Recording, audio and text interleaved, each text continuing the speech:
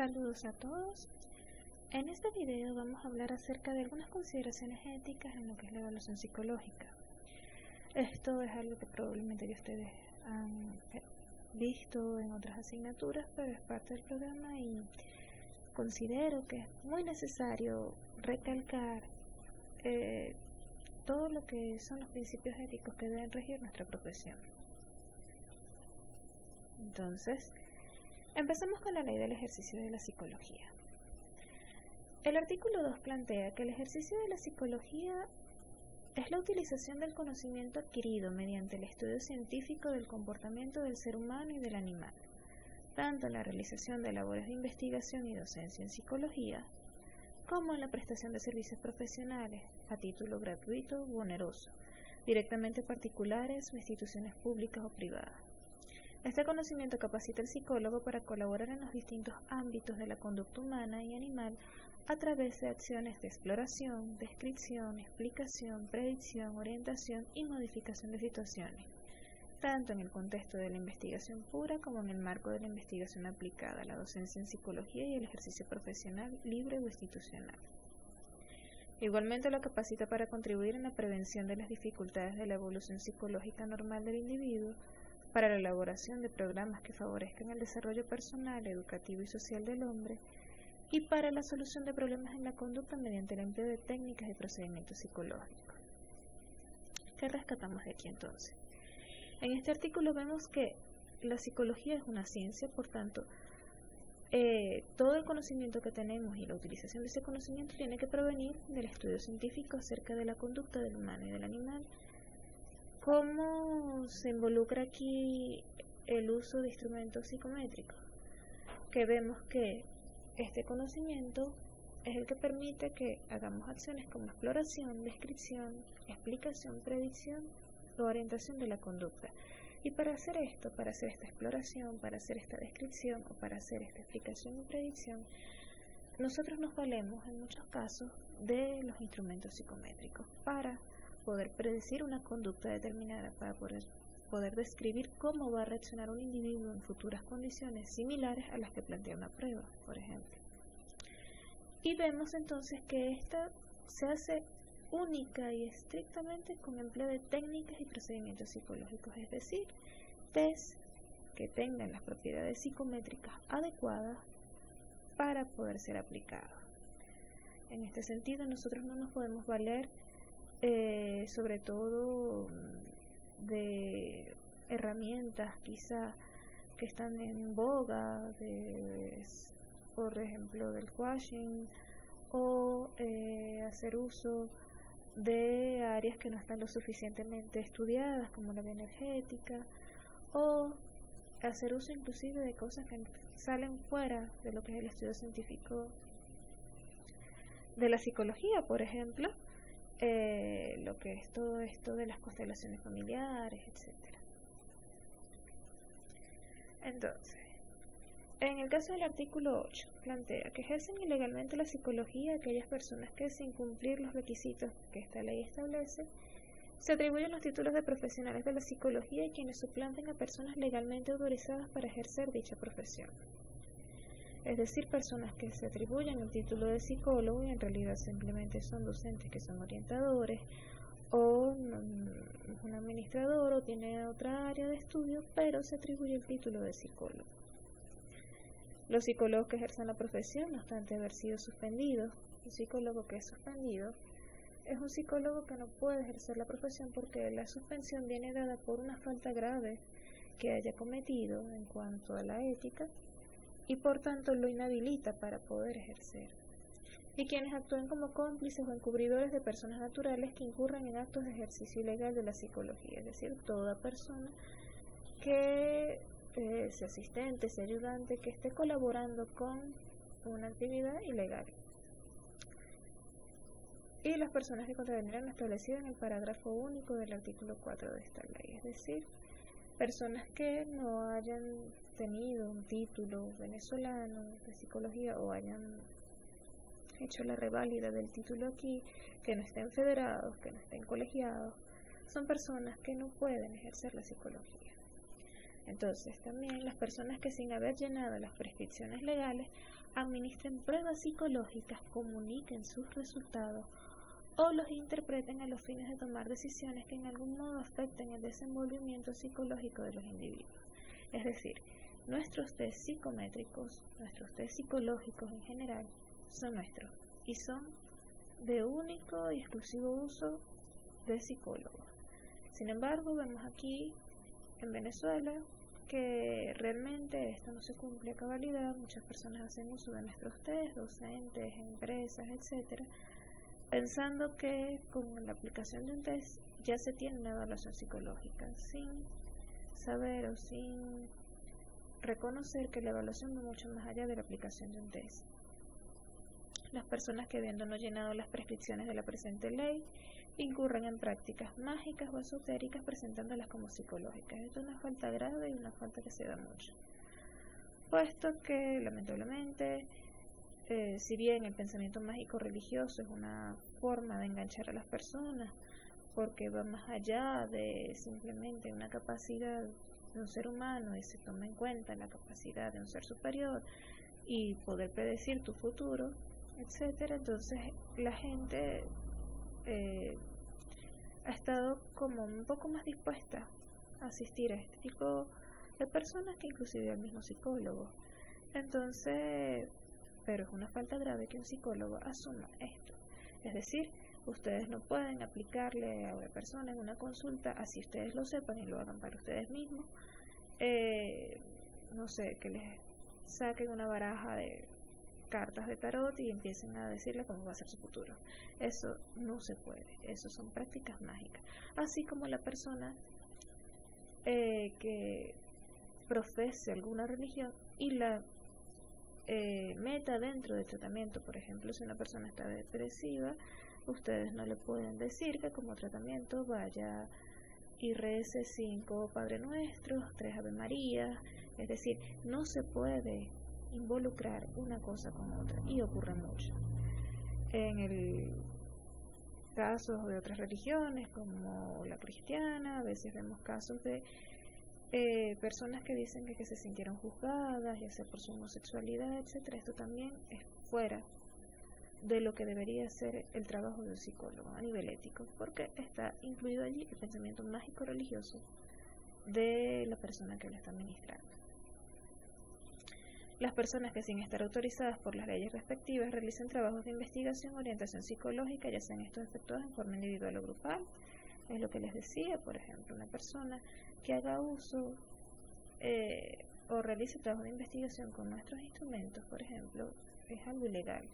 Por ejemplo, un médico que aplique un test psicológico para comparar con una determinada patología, por ejemplo, o de orientación psicológica, cuando quizá por la idea de que se encubre a través de una forma grupal, por ejemplo, se dice que no es terapia, pero sí lo es, existe la terapia de grupo, y esta persona puede estar ejerciéndola de manera irresponsable y de manera ilegal.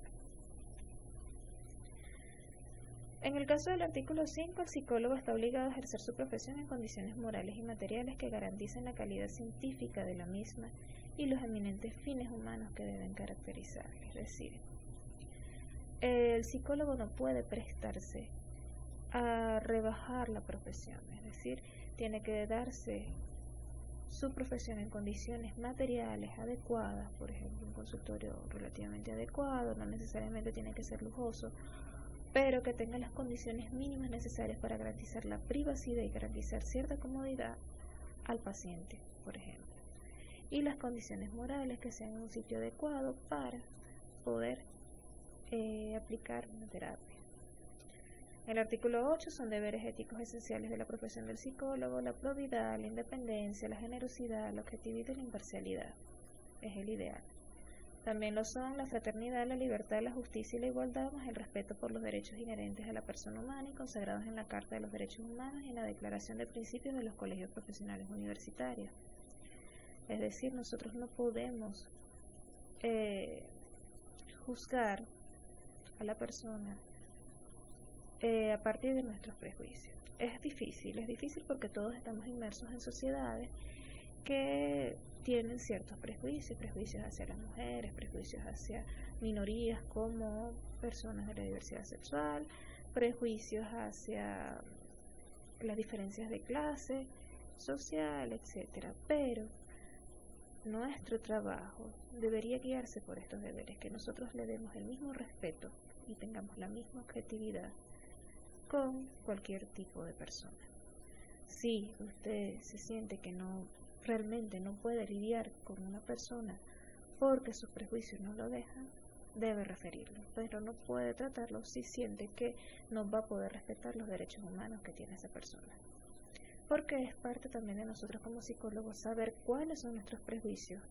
Yo soy machista, yo considero a una mujer inferior, o no tengo tolerancia hacia la diversidad sexual, o no quiero trabajar con personas de bajos recursos porque no me parece, yo soy una persona de clase alta, prefiero llevarme mejor y entiendo mejor a las personas de clase alta, lo que sea, el prejuicio que ustedes tengan. Pero es importante que así como lo identifiquen y en lo posible luchar contra ello para que no afecte tanto su labor profesional, es eso, referirlo si ustedes no pueden respetar los derechos humanos. En el caso del artículo 10, al igual que la honradez moral, la honradez intelectual es un deber ético esencial del profesional de la psicología. Si en el fondo aquella constituye un escrupuloso respeto por las reglas de lo justo, esta última constituye un respeto escrupuloso por la verdad. El psicólogo siempre debe manifestarse en el ejercicio de todo quehacer profesional.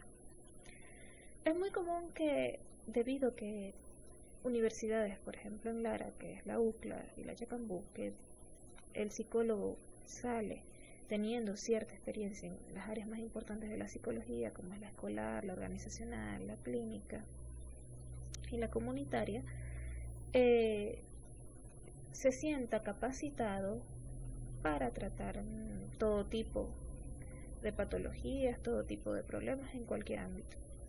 Realmente el pregrado da una capacitación básica, porque es a nivel de pregrado, y lo ideal es que la persona se especializara. Aquí es complicado a veces especializarse, pero lo ideal es que si usted no maneja bien un tema, lo que implica la honradez intelectual es que usted no va a tratar ese tema. Por ejemplo, vemos en casos de periódicos, de revistas, que sale un aviso de un psicólogo que dice que atiende parejas, atiende familias, atiende trastornos de ansiedad, trastornos del estado de ánimo, hiperactividad, problemas escolares, o sea, puede con todo. Y no es así. Probablemente esa persona pueda manejar mejor una cosa y no otra. Quizá pueda manejar evaluación de tratamiento con niños, pero con parejas no. Entonces lo ideal aquí es que la persona reconozca hasta dónde llega su capacitación y hasta dónde puede actuar, y si no tiene la preparación suficiente, refiera.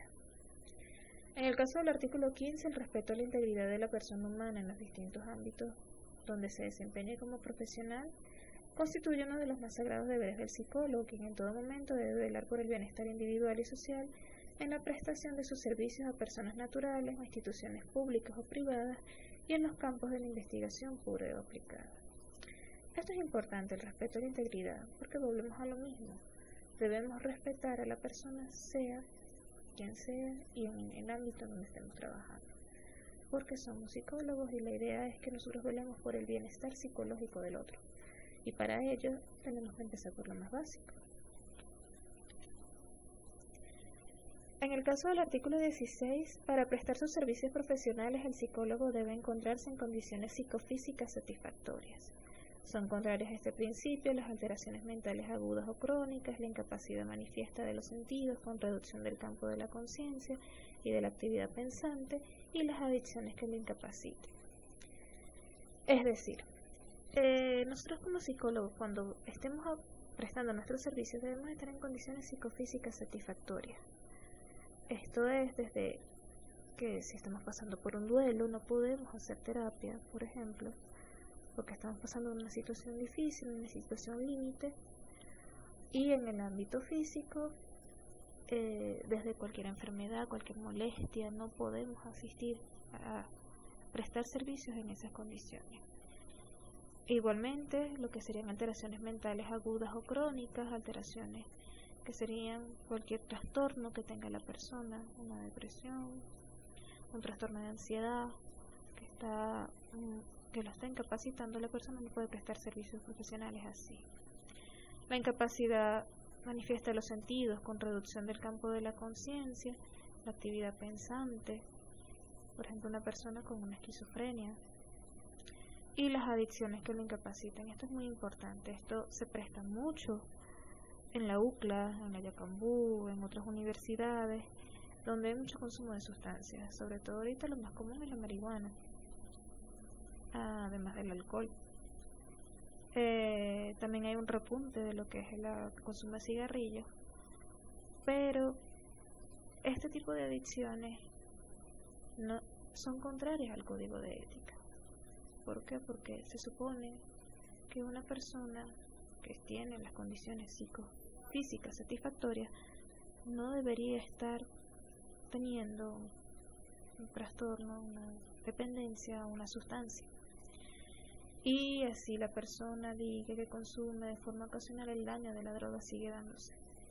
Por ejemplo, si una persona bebe más de 4 unidades de alcohol, es decir, por ejemplo 4 cervezas, debería ser máximo 4 cervezas por un mes, máximo.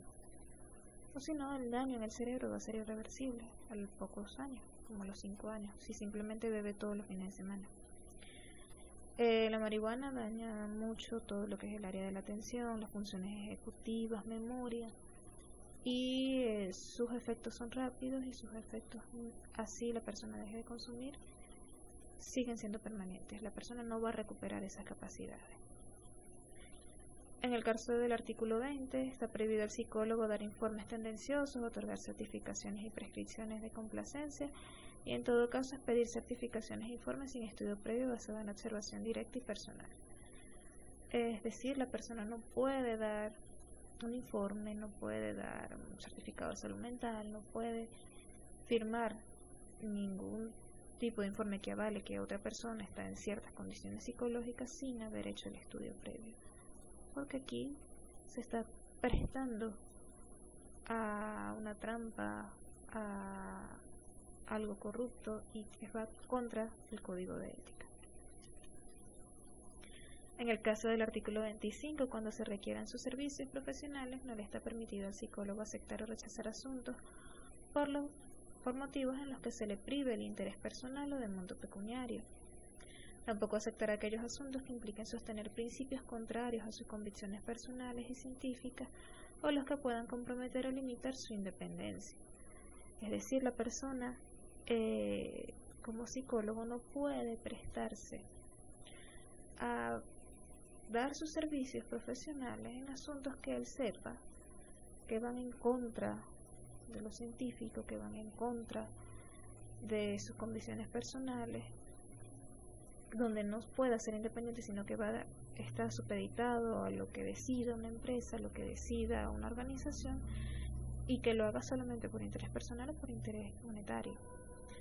Ejemplo, si una persona se presta a realizar un taller sobre la cura de la homosexualidad, va en contra del código de ética. ¿Por qué? Porque la homosexualidad no es una patología, por ejemplo. Entonces, ¿cómo se va a prestar a esto? Simplemente porque la organización que lo está avalando va a pagarle bien. O porque si no lo hace, entonces va a perder el apoyo de esa institución. Entonces, esto iría en contra del código de ética. Por su parte, continuando con el artículo 57, que habla sobre todo de la experimentación, nosotros podemos extrapolar parte de esta normativa a lo que se debería hacer durante una evaluación psicológica. En principio, toda persona debe expresar con absoluta libertad su voluntad de aceptar o rechazar su condición de sujeto de experimentación, en este caso evaluación, salvo en casos como planteados por el artículo anterior, que planteaba, por ejemplo, si la persona tenía un retraso mental profundo, etcétera, que no pudiera decidir por sí misma y tuviera que decidir un tercero. En este sentido, la persona no puede ser obligada a ser evaluada, a presentar una prueba, y siempre va a ser desde su libertad, desde su autonomía. Debe tener la facultad también de suspender la experiencia en cualquier momento. La persona no puede ser obligada a que tenga que culminar una prueba, nunca. Si la persona quiere dejarlo hasta la mitad, lo tiene que dejar hasta la mitad y está en su derecho de hacerlo. Debe estar suficientemente informado acerca de la naturaleza, alcance, fines y consecuencias que pudieran esperarse de la experimentación, excepto en aquellos casos en que la información pudiera alterar los resultados de la misma. Nosotros generalmente podemos decir, y es un deber ético decir, ¿qué se debe hacer con esa información? ¿Por qué yo estoy pidiendo esa información? ¿Qué estoy evaluando? Salvo en casos donde alteraría la respuesta del sujeto el saber para qué es la prueba. Por ejemplo, en un niño, si se va a aplicar un test de inteligencia, no se le puede pedir que va a responder esas pruebas o va a hacer unas pruebas para evaluar su inteligencia. No se le puede decir de esa manera. El mismo manual lo prohíbe. Por lo mismo, porque alteraría las respuestas del niño, generaría ansiedad, se sentiría como en una evaluación académica, etcétera. También debe garantizársele la asistencia médica o psicológica. En general no necesitamos asistencia médica, pero sí tenemos que estar nosotros como psicólogos allí para evaluar consecuencias que pueden resultar de la prueba. Generalmente una persona que está presentando una prueba, ustedes mismos lo habrán vivido en el momento en que fueron seleccionados e hicieron las pruebas de psicología en la Yacambú, que quizá después de ser evaluados se sintieron un poco confundidos, un poco oídos, un poco movidos emocionalmente. Entonces nosotros como psicólogos, si aplicamos pruebas, debemos estar allí ante estas posibles consecuencias.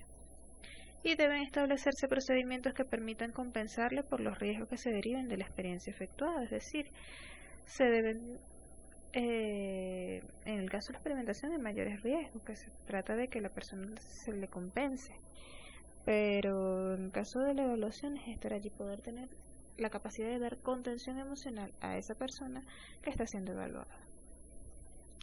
El artículo 85, por su parte, dice que el material acreditado como de uso psicológico debe ser de uso reservado para quienes tengan preparación psicológica apropiada y hayan aceptado las obligaciones inherentes a su uso. Es decir, el material de uso psicológico debe ser resguardado, debe ser solamente dado a personas que tengan la preparación psicológica para aplicarlo y que estén aceptando las obligaciones en cuanto a la confidencialidad de los datos y todo lo que plantee el uso de un test como tal. El artículo 88 habla que cuando se trate de ediciones experimentales de material psicológico, las mismas solo se utilizarán durante un tiempo limitado, no se permitiría ni su comercialización ni su distribución generalizada. Esto es cierto, puesto que si yo estoy creando un instrumento, y su instrumento todavía no tiene las propiedades psicométricas comprobadas en una muestra representativa de la población que quiero hablar, por ejemplo, población venezolana, en este caso no puede ser comercializado como un test psicológico. Entonces se le debe señalar como su carácter experimental, así como la fecha de impresión y la autorización correspondiente de que tú vas a aplicar esto por fines investigativos. El artículo 89 es deber de los psicólogos y de las empresas distribuidoras de material acreditado como de uso psicológico evitar que personas ajenas a la profesión hagan uso del mismo. Esto en Venezuela es complicado porque nosotros generalmente trabajamos con copias del test, nunca estamos comprando un test original. Entonces, por las mismas condiciones de que un test original es muchísimo más costoso, es difícil de conseguir aquí, etcétera. Entonces, por ejemplo, las empresas distribuidoras de material acreditado aquí no tienen mucho poder, pero en el caso de los psicólogos, inclusive copias de material sí pueden ser resguardados en el sentido de no facilitárselo a personas que no sean psicólogos para su uso. El artículo 91, el psicólogo utilizará el material acreditado como de uso psicológico con características y propiedades conocidas y estudiadas, es decir, que tenga la confiabilidad, que tenga la validez estudiada, que se sepa que ese test mide lo que pretende medir y es confiable. El material de uso psicológico que no haya alcanzado este nivel solo podrá usarse con fines de investigación o docencia, previo aclaratoria correspondiente. En el caso del artículo 92, las pruebas psicológicas son un instrumento auxiliar de trabajo para aspectos específicos y por sí solos no constituyen elementos suficientes de diagnóstico. Ninguna prueba, por muy potente que sea, puede reemplazar la evaluación psicológica, es decir, la intervención de otra información, el contraste entre las pruebas, la información por entrevista, por observación, es decir, el trabajo del psicólogo como tal, para el diagnóstico. El diagnóstico no puede ser a base de una única prueba. sería una irresponsabilidad y un hecho que va en contra de la ética, por lo mismo.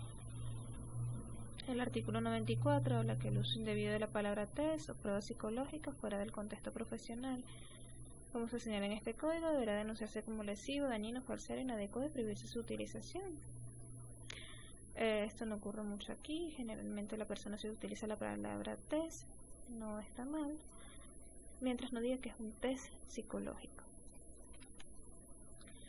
En el caso del artículo 95, las pruebas psicológicas serán clasificadas en 3 categorías: pruebas de aplicación e interpretación accesible a todo personal de las ciencias de la conducta debidamente entrenado y bajo supervisión del psicólogo; pruebas de aplicación libre por todo profesional y técnico debidamente entrenado, pero de interpretación exclusiva del psicólogo. Entonces vemos que en ambas la aplicación puede ser entrenada a otra persona, porque la aplicación de la prueba no genera no es un procedimiento demasiado difícil, no requiere conocimientos especializados, y si va a interpretarse tiene que ser bajo supervisión del psicólogo en el caso de la primera, y la otra solamente el psicólogo puede interpretar los resultados de esa prueba. Y en la tercera, pruebas que tanto la aplicación como la interpretación son exclusivas de los psicólogos, pruebas sobre todo que deben aplicarse de manera individual. Por ejemplo, en muchos casos de los test proyectivos, como el test de Rorschach, es necesaria que se aplique y sea interpretado exclusivamente por psicólogos. Y bueno, es un procedimiento antiético para el profesional de psicología el uso de una de estas pruebas sin el adecuado entrenamiento y especialización. El hecho de que una persona utilice una prueba de manera irresponsable, antiética, implica que no tenga la preparación, el entrenamiento, ni siquiera se haya leído el manual, no sepa ni cómo corregir la prueba y la esté aplicando y la esté usando. Es muy común que eso ocurra aquí, sobre todo con los test proyectivos, y no es la idea. En el caso de los psicométricos también se han visto casos. Recuerdo el caso de una docente que ella aplicaba un test que medía atención. Ese test era psicométrico, tenía que sacar una puntuación, y ella, que es el test caras, y ella decía no, que eso se interpreta cualitativamente. ¿Por qué? Porque no tenía la hoja de corrección, entonces no sabía cómo corregirlo. Entonces, si no es así, ¿para qué se va a utilizar? Ese test no fue creado para que se evaluara cualitativamente, sino que se tuviera una puntuación y se supiese cómo interpretar esa puntuación. En el caso del artículo 142, con respecto al secreto profesional, es sumamente importante.